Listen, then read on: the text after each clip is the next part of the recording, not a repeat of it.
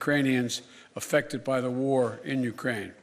Many Ukrainian refugees will wish to stay in Europe, closer to their homes.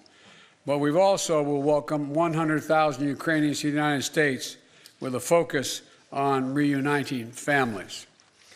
And we will invest $320 million to bolster democratic resilience and defend human rights in Ukraine and neighboring countries. We're also coordinating with the G7 and the European Union on food security as well as energy security. And I'll have more to say about that tomorrow. We're also announcing new sanctions of more than 400 individuals and entities in alignment with the European Union. More than 300 members of the Duma, oligarchs, and Russian defense companies that fuel the Russian war machine. In addition to the 100,000 U.S. forces now stationed in Europe to defend NATO territory, NATO established, as you already know, 4 new battle groups from Romania, Hungary, Bulgaria, and Slovakia to reinforce the Eastern Front. Putin was banking on NATO being split.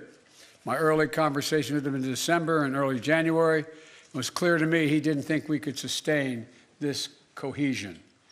NATO has never been more united than it is today. Putin is getting exactly the opposite what he intended to have as a consequence of going into Ukraine. We've built that same unity with the European Union and with the leading democracies of the G7, in the G7. So I want to thank you, and I'll be now happy to take your questions. Since there's so many people out there, been given a list. Now, how about Chris of the Associated Press? First question. Hi, thank you, Mr. President.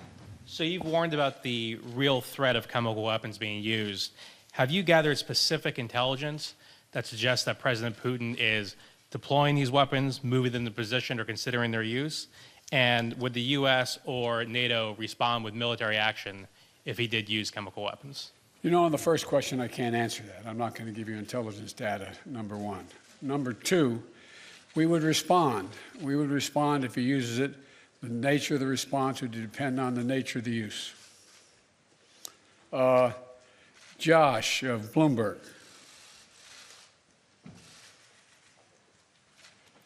Perhaps I'll just project, Mr. President. Thank you very much. If I had your voice, I'd have been elected a lot earlier. I'll give it a try. He's got a long arm. Thank you. Can you talk to us about 2 things, sir? One, since your conversation with President Xi of China, have you seen any indications of action or lack of action from China that has led you to believe whether they will intervene and help Russia, either with the sale of arms or the provision of supplies to support this war in Ukraine? And secondly, can you say whether the conversation today turned to the subject of food shortages and what the U.S. will do to address wheat shortages in particular as a result of this war? Thank you. On the first question relating to President Xi Jinping of China, I had a very straightforward conversation with Xi now, I guess it's 6 days ago, 7 days ago, in that range. And I made it clear to him, I made no threats, but I made it clear to him that make sure he understood the consequences of him helping Russia, as had been reported and as what it was expected. And I made no threats, but I pointed out the number of American and foreign corporations that left Russia as a consequence of their barbaric behavior. And I indicated that I knew how much because we had long discussions in the past about his interest in making sure he had economic relations and economic growth with Europe and the United States, and indicated that he'd be putting himself at significant jeopardy in those aims if, in fact, he were to move forward. I am not going to comment on any detail about what we know or don't know as a consequence of that conversation, but tomorrow, is it tomorrow or next Monday that Ursula is having that conference with China? The 1st. On April 1st. We've had discussions because I think that China understands that its economic future is much more closely tied to the West than it is to Russia. And so I'm hopeful that he does not get engaged. We also did discuss today that there's a need for us to set up, NATO to set up, and the EU, to set up a system whereby we have an organization looking at who has violated any of the sanctions and where and when and how they violated them. And that's something we're going to put in train. It's not done yet. So with regard to Xi, I have nothing more to report. With regard to food shortage, yes, we did talk about food shortages. And it's going to be real. The price of these sanctions is not just imposed upon Russia. It's imposed upon an awful lot of countries as well, including European countries and our country as well. And because both Russia and Ukraine have been the breadbasket of Europe in terms of wheat, for example, just to give you one example. But we had a long discussion in the G7 with both the United States, which has a significant, the third largest producer of wheat in the world, as well as Canada, which is also a major, major producer. And we both talked about how we could increase and disseminate more rapidly food shortages. And in addition to that, we talked about urging all the European countries and everyone else to end trade restrictions on sending, limitations on sending food abroad. And so we are in the process of working out with our European friends what it would take to help alleviate the concerns relative to food shortages. We also talked about a significant major U.S. investment, among others, in terms of providing for the need for humanitarian assistance, including food, as we move forward.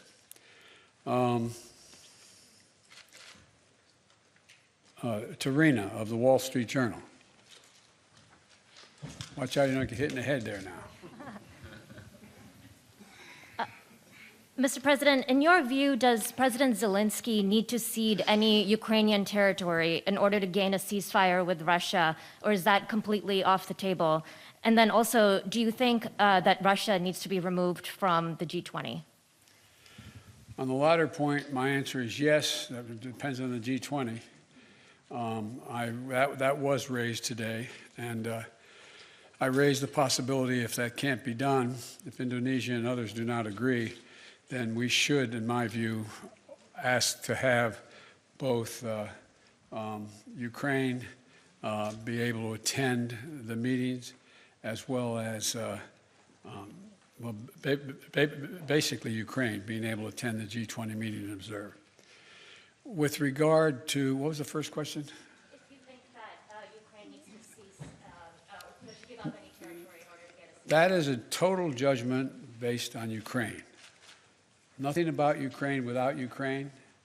I don't believe that they're going to have to do that, but that's a judgment. There's negotiations, that are discussions, I should say, that have taken place that I have not been part of, including the Ukrainians, and it's their judgment to make. Cecilia, ABC. There you are. Oh, thank you. Sir, you've made it very clear in this conflict that you do not want to see World War III. But is it possible that in expressing that so early that you were too quick to rule out direct military intervention in this war? Could Putin have been emboldened knowing that you are not going to get involved directly in this conflict? No and no. And to clarify on chemical weapons, if chemical weapons were used in Ukraine, would that trigger a military response from NATO? It would trigger a response in kind. Whether or not you're asking whether NATO would cross, we'd make that decision at the time. And my final question, because you're heading to Poland tomorrow, do you think that getting a firsthand look at the effects of this war on these millions of Ukrainians who have fled their country could change the way that you might respond? I don't think so, because I've been to many, many war zones. I've been in refugee camps. I've been in war zones for the last 15 years, and it's devastating. But the thing you look at the most is you see these young children. You see children without parents that are in those camps or in refugees. You see women and husbands, men and women who are completely lost and have no nose. You see the look, that blank look on their face, that absolute feeling of, my God, where am I? What's going to happen to me? And so what it will do, it will reinforce my commitment to have the United States make sure we are a major piece of dealing with the relocation of all those folks, as well as humanitarian assistance needed both inside Ukraine and outside Ukraine. For example, this is not something that Poland or Romania or Germany should carry on their own. This is an international responsibility. The United States, as a leader, one of the leaders in the international community, has an obligation to be engaged and do all we can to ease the suffering and pain of innocent women and children and men, for that matter, throughout Ukraine, and those who have made it across the border. I plan on attempting to see those folks, as well as I hope I'm going to be able to see, I guess I'm not supposed to say where I'm going, am I? But anyway, I hope I get to see a lot of people.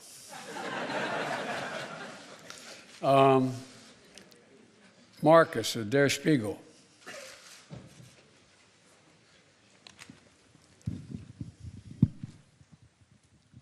Thanks, Mr. President.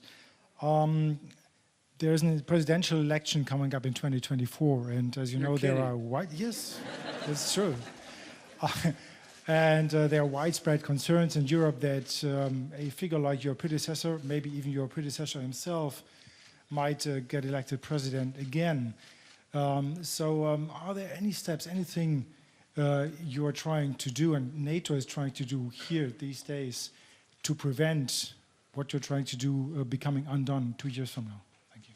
No, that's not how I think of this. I've been dealing with foreign policy for longer than anybody that's involved in this process right now. I have no concerns about the impact. I made a commitment when I ran this time. I wasn't going to run again, and I mean that sincerely. I had no intention of running for president again. And until I saw those folks coming out of the fields in Virginia carrying torches and carrying Nazi banners and literally singing the same vile rhyme that they used in Germany in the early 20s, or 30s, I should say. And then when the gentleman you mentioned was asked what he thought, and a young woman was killed, a protester, and he was asked what he thought, he said, "They're very good people on both sides." And that's when I decided I wasn't going to be quiet any longer. And when I ran this time, and I think the American press, whether they look at me favorably or unfavorably, will acknowledge this, I made a determination. Nothing is worth, no election is worth my not doing exactly what I think is the right thing. Not a joke. I'm too long in the tooth to fool with this any longer. And so we're a long way off in elections, a long way off. My focus, if any election, is on making sure that we retain the House and the United States Senate so that I have the room to continue to do the things that I've been able to do in terms of grow the economy and deal in a rational way with American foreign policy and lead the world, be the leader of the free world. So, but it's not an illogical question for someone to ask. I say to people at home, imagine if we sat and watched the doors of the Bundestag broken down and police officers killed and hundreds of people storming in. Or imagine if we saw that happening in the British Parliament or whatever. How would we feel? And one of the things that I take some solace from is I don't think you'll find any European leader who thinks that I am not up to the job. And I mean that sincerely. It's not like, whoa, it's that. The point is that when the first G7 meeting I attended, like the one I did today, was in Great Britain. And I sat down and I said, America's back. And one of my counterparts, colleagues, as head of state, said, for how long? For how long? And so I don't criticize anybody for asking that question. But the next election, I'd be very fortunate if I had that same man running against me. Thank you very, very much.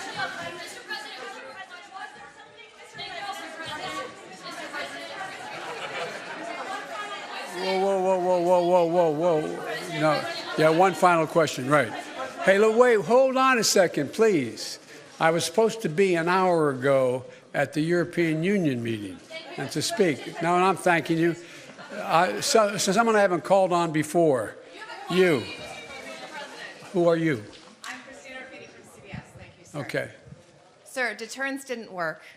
What makes you think Vladimir Putin will alter course based on the action you've taken today? Let's get something straight. You remember, if you covered me from the very beginning, I did not say that, in fact, the sanctions would deter him. Sanctions never deter. You keep talking about that. Sanctions never deter. The maintenance of sanctions, the increasing the pain, and the demonstration why I asked for this NATO meeting today is to be sure that after a month we will sustain what we're doing, not just next month, the following month, but for the remainder of this entire year. That's what will stop him. You believe the actions today will have an impact on making Russia change course in Ukraine? That's not what I said. You're playing a game with me. I know. The answer is no. I think what happens is we have to demonstrate the purpose. The single most important thing is for us to stay unified. And the world continue to focus on what a brute this guy is.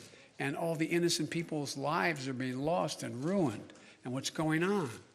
That's the important thing. But look, if you're Putin and you think that that Europe is going to crack in a month or 6 weeks or 2 months, why not?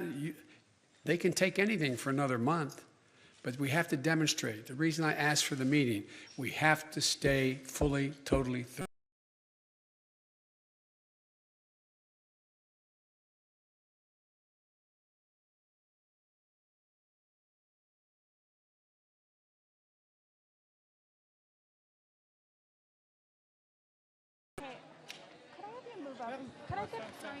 Can we help her move up a little bit? Because there's some people staffing. No, I'm sorry, I didn't realize. It's all good about that. Thank you. Thank you.